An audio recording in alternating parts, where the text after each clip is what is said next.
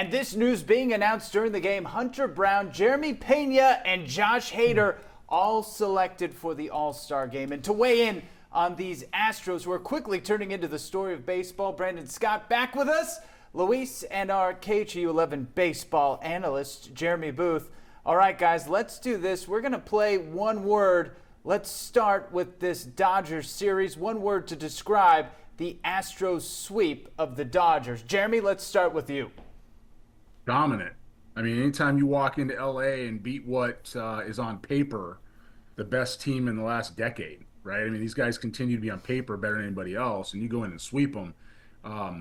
That's pretty dominant. And it says a lot. I know it's a lot more than one word here. We got a couple of words when you talk about beating the Dodgers. But when it talks about how that goes, that's a pretty big statement for the rest of the league. That's a big one. Brandon? I would call it rare. The Astros have not swept the Dodgers at Dodger Stadium since 2008. The Dodgers themselves have not lost back-to-back games since early in June. And as Jeremy mentioned, this is one of the more stacked rosters that we've ever seen. I mean, you just look at their lineup as they come one by one, and you're like, is this an all-star game? Is this an actual team? What exactly is going on? And to the Astros' credit, in their pitching staff, these guys go out there and they are unfazed by it all. You know, from the veterans, from Framber Valdez pitching the gym, not actually pitching the gym, not having his best stuff the other night, but still getting them through it. And then Ryan Gusto having one of, I think, 3 games where he goes 6 innings on Sunday. I mean, these guys have really stepped up in a major way. My word is foretelling, and I'll tell you why. Because earlier this season, I really thought, I don't know if this Astros team is really going to be able to hang on to this style of play, if they're going to be able to continue to win games playing such team baseball, getting contributions from different guys every night. But hey, they've done it, and at some point, you got to say, this team is the real deal. They just swept who's supposed to be the best team in baseball. So for me, it's foretelling. So as you spoke, you changed my word, because initially it was going to be painful, not for the Astros, but for the Dodgers. But now it's revealing. I think the Astros revealed who they are. You talk about, earlier in the season, you didn't think that they would be able to, sustain this type of play. I think they're doing it. They're here. We're halfway through the season, and they continue to beat good teams. They have the best record in Major League Baseball against teams above 500. And then you go into the Dodger Stadium and you sweep the Dodgers. You can say maybe your arch rival, if you will, in the last maybe decade. Sure. Man, it's revealing that the Astros, kind of to your word, foretelling, they're here. And speaking of those All-Stars, let's get one word to describe the Astros All-Star selections. Jeremy?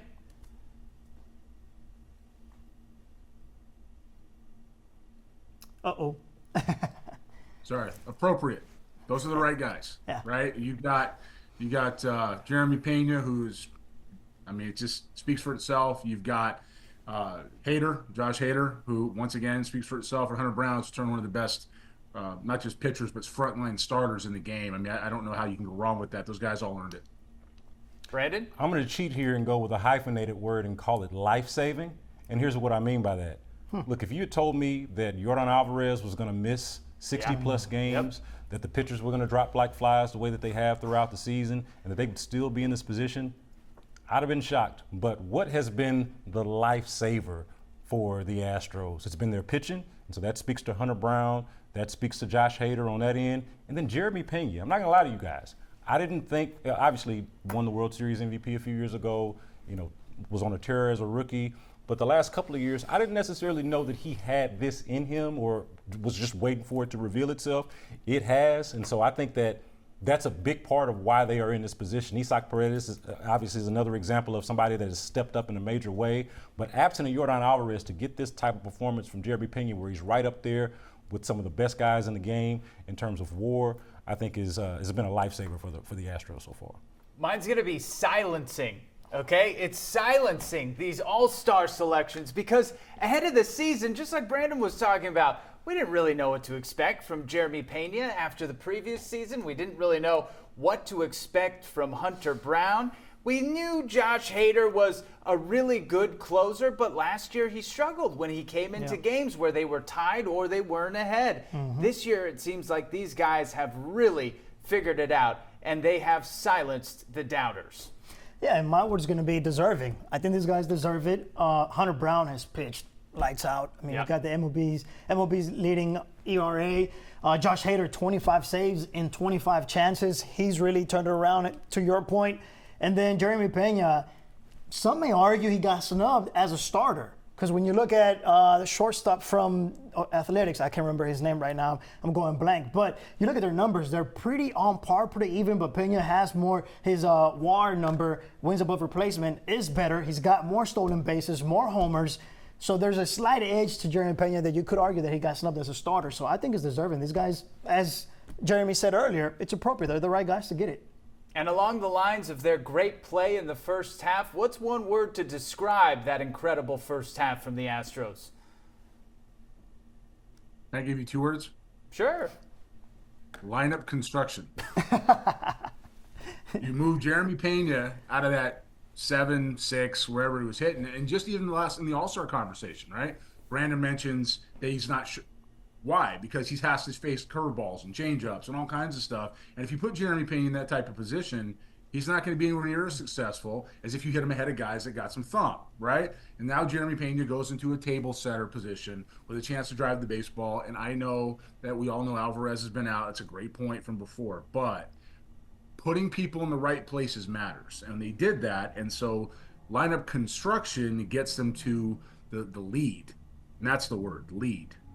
Well, I was setting myself up for that one when I told you 2 words was fine. I should have known it was coming, Jeremy. But Brandon, what's your word? Man, go ahead and make that a run-on word. Make that a compound word. If you're on lineup construction, I'm not mad at it. And look, I'm not going to be the one to give you a bunch of words, but I think you can apply any of these. Gutsy, grimy, gritty. Like any of those words I think apply. You just pick one, but those are the ones that I would consider for a lot of the reasons that we've already mentioned. We talked about the injuries, we talked about the position, the bad luck that the Astros have been in. Now, Jeremy brings up a really good point about lineup construction because that's an intentional thing that they did, and so credit to Joe Espada and Astros management for figuring that out. It kind of reminds me of the World Series year when he wins that World Series MVP, and he's the table setter for Yordan Alvarez. Obviously, no Yordan Alvarez for the most part this year, but just having him in that position in the lineup, I think, has been a really important piece to their success, and I would call it gutsy, grimy, gritty, all of the above. My word is going to be a simpler one, okay? It's going to be team. And Jeremy, you know why. Because team baseball has all but gone by the wayside, right? No more teams win by playing team baseball. Everybody's hitting 80 home runs for $800 million, and, you know, it's instant offense. There's none of this quote-unquote small ball. It really should be called situational baseball. It's just baseball, right? Playing to the situation, but there's none of that anymore. Yet the Astros are playing an incredible brand of team baseball, and it is very, very refreshing to see. Yeah, and my word is kind of going towards Brandon's words, resilient, right? They've been resilient this whole first half. They found a way to win. They don't give up. I mean, think about how many injuries, right, to the pitchers. You lose your biggest bat, Yordan Alvarez.